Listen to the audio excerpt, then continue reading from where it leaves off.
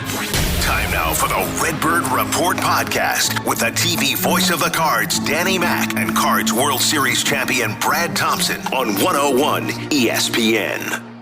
It's the Redbird Report on 101 ESPN.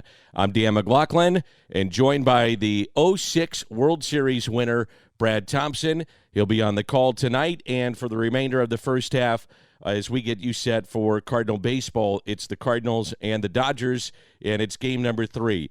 Well, Brad, have you been able to recover after last night? That was a tough one. That was awful is what that was. That was so terrible. My goodness, man. You know what? You're going to have games like that, right? You're going to have games that end up slipping away. But, man, you had a 6-0 lead heading into the 7th inning, and then things just fell apart. Adam Wainwright, and he was upset at himself after the game, and you called it during the game, Dan. I mean, you know Adam so well. He said, look, had I made some more pitches, had I got some outs a little bit quicker, maybe we're able to salvage that game. Adam only goes 5 1/3, doesn't give up anything, but he did end up walking 4 and threw a lot of pitches in the meantime. I mean, Adam Wainwright went out there and gave you everything he had for 114 pitches, but it wasn't enough to get him through the 6th inning. And then the bullpen that has been such a bright spot here recently. And Dan, I mean, just look 2 games ago, what the bullpen was able to do in a game where Jordan Hicks started it. It was a bullpen by committee game where they tore it up. They just didn't have enough yesterday. And look, it's the 26th come from behind victory for the Dodgers. You know how dangerous they are. But that one stung, man. That one hurt a lot in a series against Gonsolin, too, dude. How good has Gonsolin been? He's been unbelievable. Hadn't given up more than 2 runs in a start yet this year. I was doing a little deep dive on when's the last time the Cardinals had a game like this.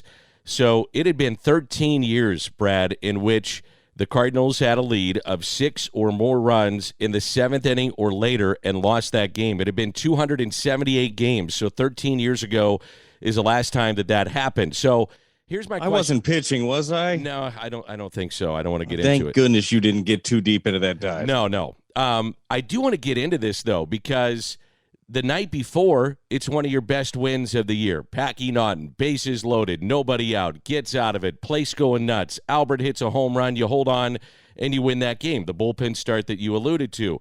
But then yesterday, it is one of the toughest losses of the year.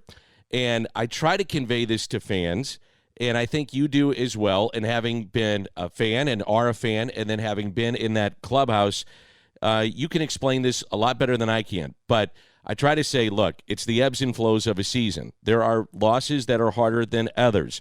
It's a long year. All the cliches. But to your point earlier, 3 weeks ago, we're saying, man, this bullpen, they got to do something. Then the bullpen in July, one of the best in baseball statistically. They've been great.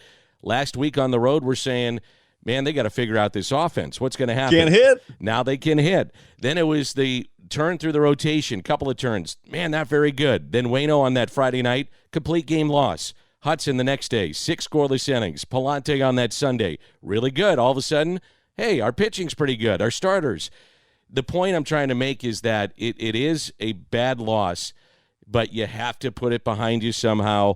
Players in baseball seem to be able to do that. So take us inside a clubhouse. You show up today. What's the mindset of a player? The mindset is today is a new day, and that's the way that it has to be. If you dwell on losses, boy, it's going to be a long season for you. And it's not to say that you're not upset about it, okay? It's not to say that every one of those guys in the bullpen that end up giving up runs comes in and be like, I'm happy, everything's good, and we're good to go. No, that's not the case. You learn from, hopefully, what happened before, and you compartmentalize it, and you go back to work. But at the end of the day, that is one game in 162. So now what do you do with this game in 162? And I look at this game tonight with Dakota Hudson on the mound as a really important start for Dakota in a few different aspects, Dan. One of them is you need badly, Dakota, to get deep into this ball game after your bullpen has been depleted twice now. I mean, 2 days in a row. And depleted is not really fair when Adam gets you into the 6th inning. But you had to use more guys than you expected to in the last couple of days. And the second part of that for me, Dan, is when we're looking at the Dodgers are obviously a postseason team. They are built to go win a championship, but chances are they'll add something. They'll do something at the deadline. Everybody's going to be like, really, really rich get richer over there. I mean, there's a good chance that happens. Well, the Cardinals are right now 2 games behind the Brewers. And I always think about towards the postseason. who do I want having the ball? Who is going to be one of my top 3 starters on the mound? Miles Michaelis has been one of the better starters in the National League. He is getting the ball if a postseason was starting tomorrow. Adam Wainwright, you absolutely know he is getting the ball if the postseason started tomorrow. I do not know who the number 3 would be right now. And Dakota Hudson has a chance to be that guy, Dan. And I feel like that's why a game like this against an opponent like the Dodgers means so much for Dakota and kind of means so much of how you look at him potentially going forward. And maybe it's putting too many eggs in one basket against the Dodgers in July, but I feel like it's a really good litmus test for him. I didn't think of it that way. That's a really good way to look at it. And you're right. Let's find out about Dakota. I think we know who he is, generally speaking, but he's coming off of Tommy John. You're now getting back into the regular every 5th day and seeing how you hold up. And there are times this year he's been really good. Yes. He had 3 stretches, 3 games in which he went at least 7 innings. Now, that's for the long term of trying to find out who he is. Now let's get to the short term, which is tonight. And I'm with you. He's got to go deep in this game because you don't know who shows up at the ballpark and who says, you know what, Ollie, I played catch. I can't go. I mean, I've thrown a lot this last week or on this homestand, and I don't even have an out for you. I don't have an inning for you. That may happen. So I'd rather not find out who is available and who isn't. Let's see Dakota give you 6 or 7 and find out that way. I'm right there with you. I am right there with you. And look, I think that you bring up something that's very interesting and worth getting into here when you're talking about the bullpen and you're talking about guys that are able to answer the bell and guys that aren't on a given day. The communication that happens, and Ollie kind of broke this down beforehand. He talks to these guys every single day, and he finds out exactly what they have. Do you think you got one in you today? Can you go back to back?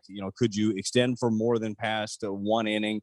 These conversations were there. That ball game yesterday is different if Ryan Helsley is available. It absolutely is. I mean, I don't think there's any question. I think he nails that thing down. The Cardinals win the game. Ryan Helsley wasn't available. He had pitched a bunch. It would have been 5 out of the last 7 that he would have been in. And you have to keep Ryan Helsley healthy for the back half. Like if you want to make a real run. But here is something that I look at here as you approach the trade deadline and you're looking at different pieces. Look, the Cardinals need help in various ways. Absolutely. They need help in the rotation, potentially. They still need help in the bullpen, and that's one that I focus on. I would be looking for a veteran reliever who takes the ball every day, that there is no question if he's available or not. And that's a good point. Yeah, there's 3 out of 3 days. There's 4 out of 4. You don't really want to do that.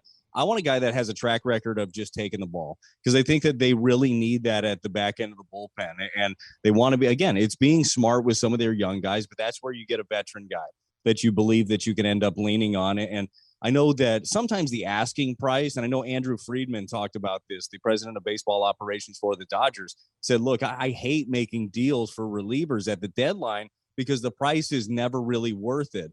Well, it is if you end up bridging some gaps and winning some games because of it, and I don't think that that's like acquiring a front end starter either. It's not going to cost you prospect currency that really is going to hurt you in the future. So I really do think that that's something that Mo and Gersh are really going to have to look at come trade deadline time. One of the things that has emerged, at least in my mind, on this homestand is that it opened up my eyes as to why aren't the Cardinals scoring runs, or when they do, what happens? And it's really simple, and it should have been easy for me and everybody else to see. When Brendan Donovan was Brendan Donovan, he's come back down to earth. Very good player, obviously, but you knew he was going to come back down a little bit. And when Tommy Edman hits a rut, who else is going to step up? Because Cardinals were winning games when those 2 guys were getting on. And Goldie and Arenado are bringing them in. And Goldie and Arenado are going to be, Goldie and Arenado, 2 MVP-type players for the better part of the season. Yes, they're going to have the occasional slump, and, it might be a week or 5 days or something. But generally, they're obviously the 2 guys that you look towards. So who else steps up? Well, you've gotten Andrew Kisner on this homestand. Corey Dickerson has contributed. And, oh, by the way, number 5.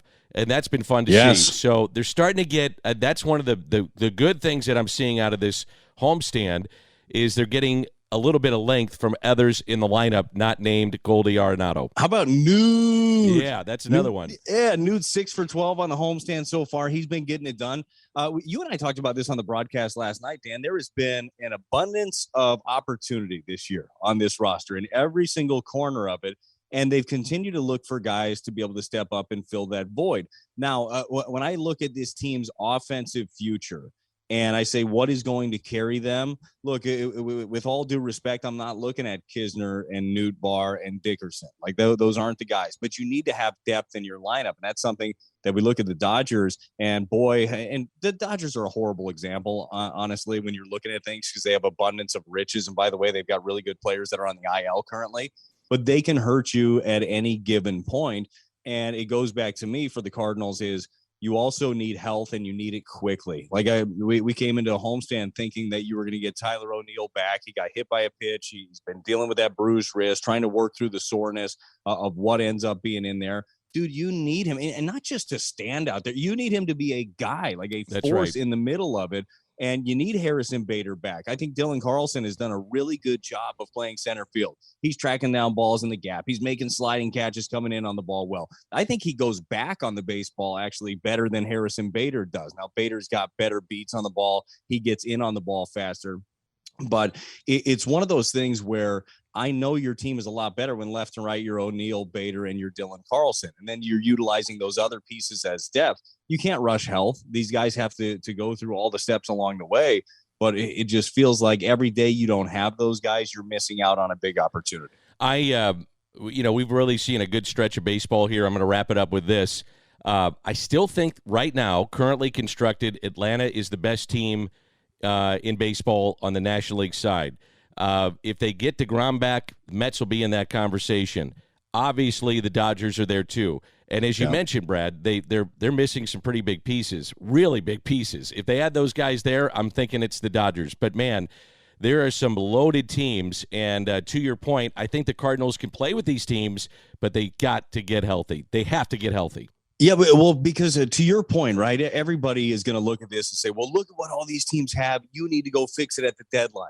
You can't build a championship team at the deadline. You can't fill every single hole that you have. You need to continue to utilize the pieces that you had coming into the year. They planned on Flaherty being here all year. Jack's not here, and you have to plan accordingly as if he's not going to be there. If Jack comes back, it's a bonus.